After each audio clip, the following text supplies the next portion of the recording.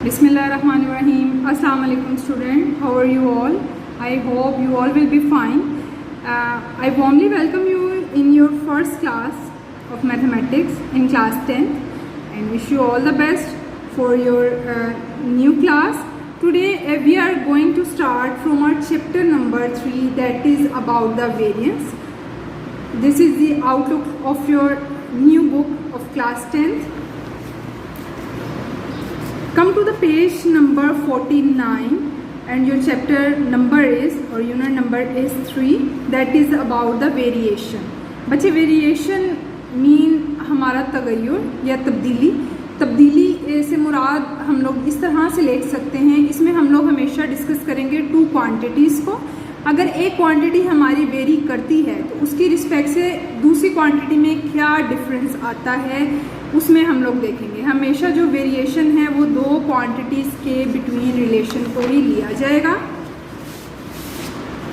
In this lecture we will discuss about the ratio, proportion, ratio in the form of fraction कि किस तरह से हम लोग रेशो को फ्रैक्शन की फॉर्म में लिखेंगे और हम लोग फाइंड करेंगे अननोन वैल्यूज़ को through ratio.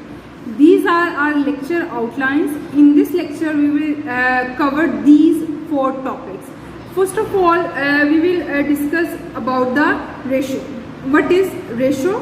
Come to your book page number 50. Here is the definition of ratio. Ratio basically हमारे पास क्या होता है? A relation between two quantities of same kind. Same kind means measured in same unit is called ratio. This is your definition of ratio. I explained you earlier that we will discuss about the two quantities. जब भी हम लोग ratio लेंगे या proportion लेंगे ये हमेशा हमारे पास दो क्वांटिटीज़ के बिटवीन ही आएगी।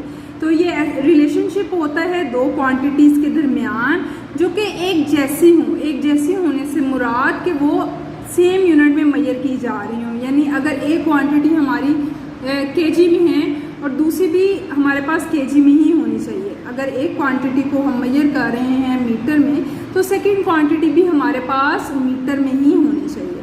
This will be called a ratio.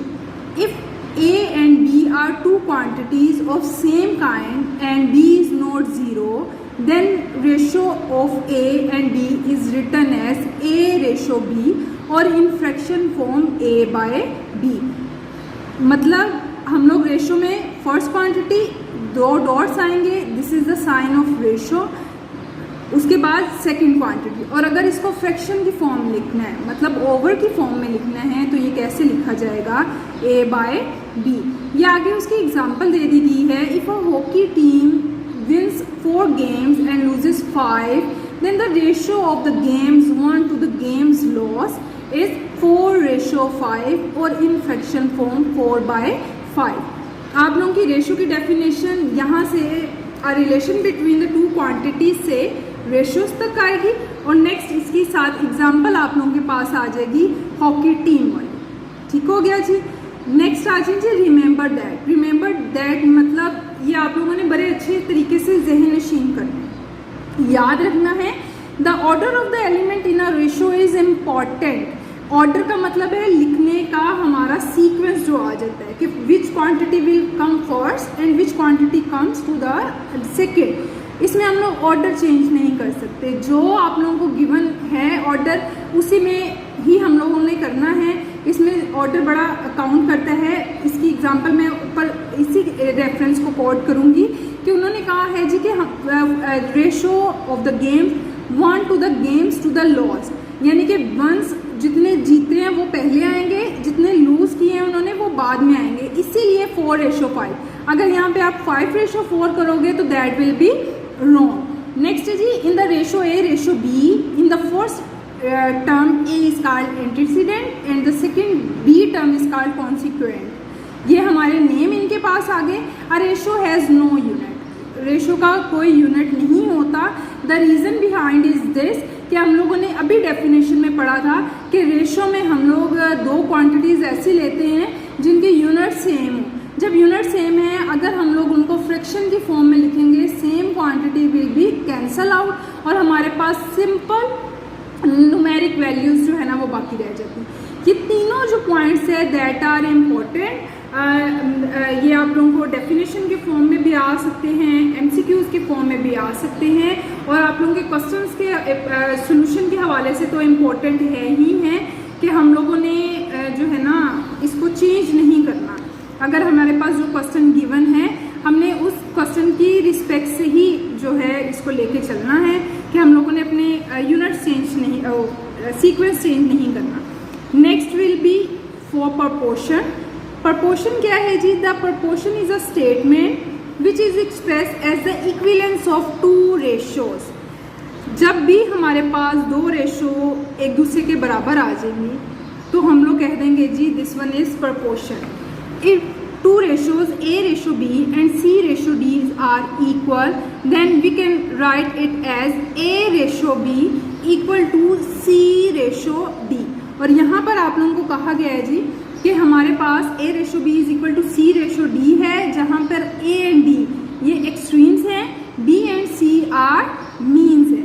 और सिम्बॉलिकली इसको हम लोग कैसे प्रपोर्शन को लिखते हैं? 4 डॉट से।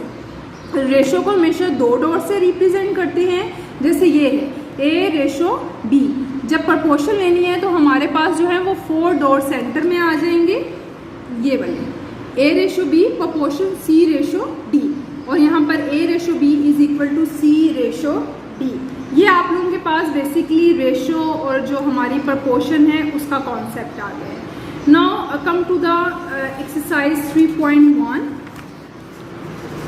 इसका क्वेश्चन नंबर 1 जो आप लोगों के पास आ रहा है बेटे, दैट इज उसमें 3 पार्ट्स है। अगर आप लोग अपनी बुक से क्वेश्चन को रीड आउट करें तो हमारे पास क्वेश्चन है जी एक्सप्रेस, आप लोगों को डिफरेंट इसकी वैल्यूज दी गई होंगी। उन्होंने कहा इसको एक्सप्रेस करें as A ratio B, next as fraction, and third number पे आप लोगों को कह दिया जाएगा जी इन इट्स सिंपलेस्ट फॉर्म। यानी एक ही क्वेश्चन में आप लोगों को 3 काम करने के लिए दे दिए गए हैं। सबसे पहला काम उन्होंने आपको क्या करने के लिए दिया है जी कि आप लोगों के पास जितनी गिवन क्वेश्चंस होंगे उनको एक्सप्रेस करना है as A ratio B. Next क्या करना है? एज फ्रैक्शन फॉर्म में करना है, और थर्ड नंबर पे करना है इन इट्स सिंपलेस्ट फॉर्म। अब ये आप लोगों के पास इसका पार्ट 1 है ₹750 और कोमा ₹1250। इसको ए रेशो बी यानी रेशो में कन्वर्ट करने से पहले देखेंगे कि इनके सेम यूनिट हैं या नहीं है, यानी ये सेम यूनिट में मेजर किया गया है या नहीं। तो देखें यहाँ पर फर्स्ट भी हमारे पास रुपीज़ में है और second will be also in rupees, तो हम लोग इसको ए रेशो बी की फॉर्म में लिख सकते हैं। ठीक है, तो हम लोग इसको जब इन रेशो फॉर्म में करेंगे, इन रेशो फॉर्म, तो 750 रेशो 1250। अब आप कहेंगे कि रुपीज़ कहाँ गए हैं, तो बच्चे यहाँ पे रुपीज़ मेंशन नहीं करेंगे बिकॉज बोथ साइड पे सेम है, तो ये कैंसल आउट हो जाएंगे। ये आप लोगों की आ गई है जी रेशो फॉर्म। अब देखें इसको सिंपलेस्ट अभी से ही कर लेंगे हम लोग। यहाँ पर सिंगल ज़ीरो है, यहाँ पर भी सिंगल ज़ीरो है, मतलब बोथ साइड को हम लोग डिवाइड करेंगे बाय 10।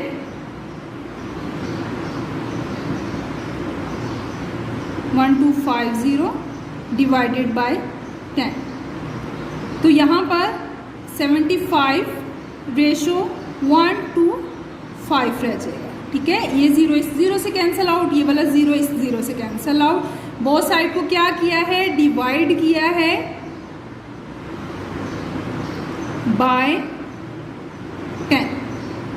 ओके, नेक्स्ट सेकेंड में इसमें क्या आपको कहा गया हुआ था जी? इन फ्रैक्शन फॉर्म इसको लिखें। तो in fraction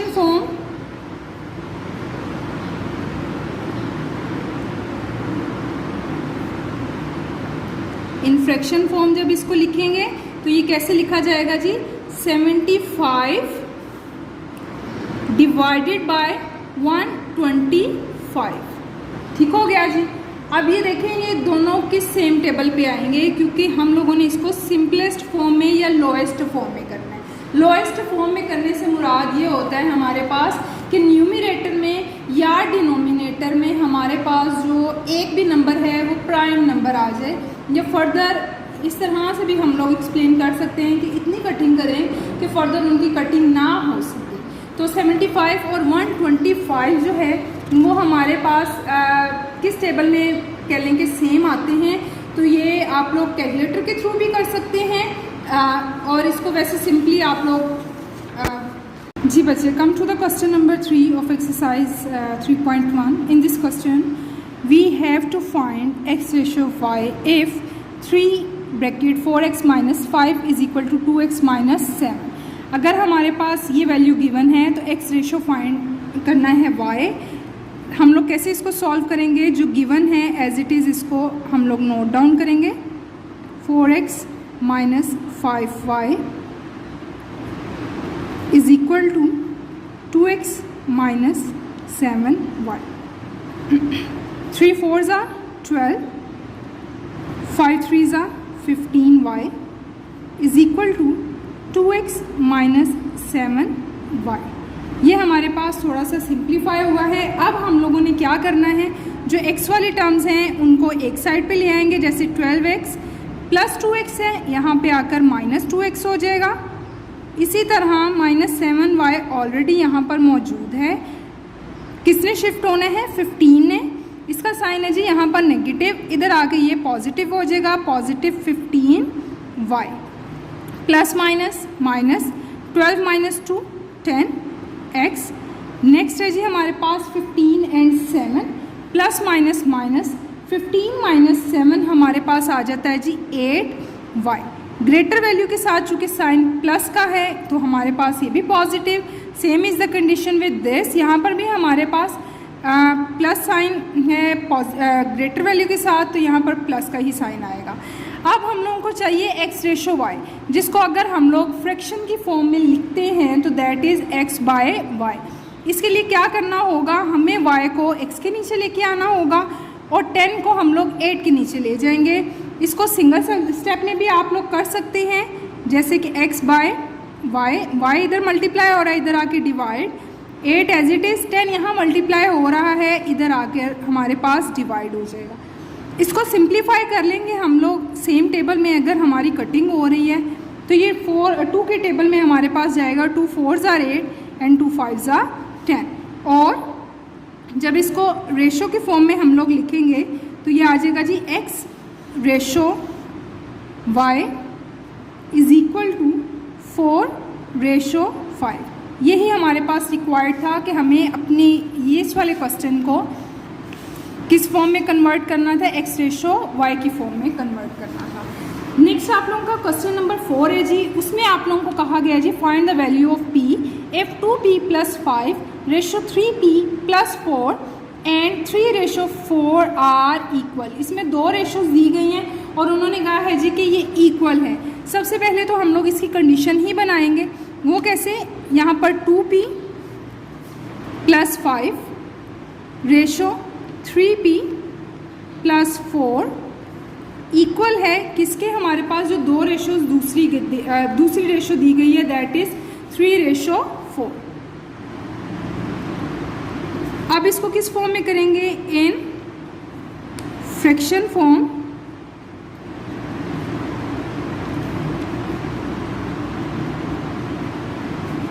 to P plus 5 divided by 3p plus 4 is equal to 3 by 4। Next हम लोग इसकी क्रॉस मल्टीप्लिकेशन करेंगे, 4 इधर आके मल्टीप्लाई होगा तो 2p plus 5 is equal to 3p plus 4। 4 2s are 8p, 4 5s are 20, next 3 3s are 9p and 3 4s are 12। Same is the case, हम लोग एक साइड पे अपनी वेरिएबल टर्म को, एक साइड पे कांस्टेंट टर्म को कन्वर्ट कर लेंगे, चाहे 8p को इधर ले आए चाहे 9p को इधर ले आए, बात एक की। 8p minus 9p is equal to 12 -20, plus minus minus 8 minus 9, single 1 रह जाएगा तो P, ग्रेटर वैल्यू के साथ साइन है जी माइनस, इधर प्लस माइनस माइनस 20 में से अगर हम लोग 12 को माइनस कर देते हैं तो हमारे पास जो आंसर आता है इसका दैट विल बी 8, और ग्रेटर वैल्यू के साथ है जी साइन माइनस का, both minus sign will be cancel out and P is equal to 8.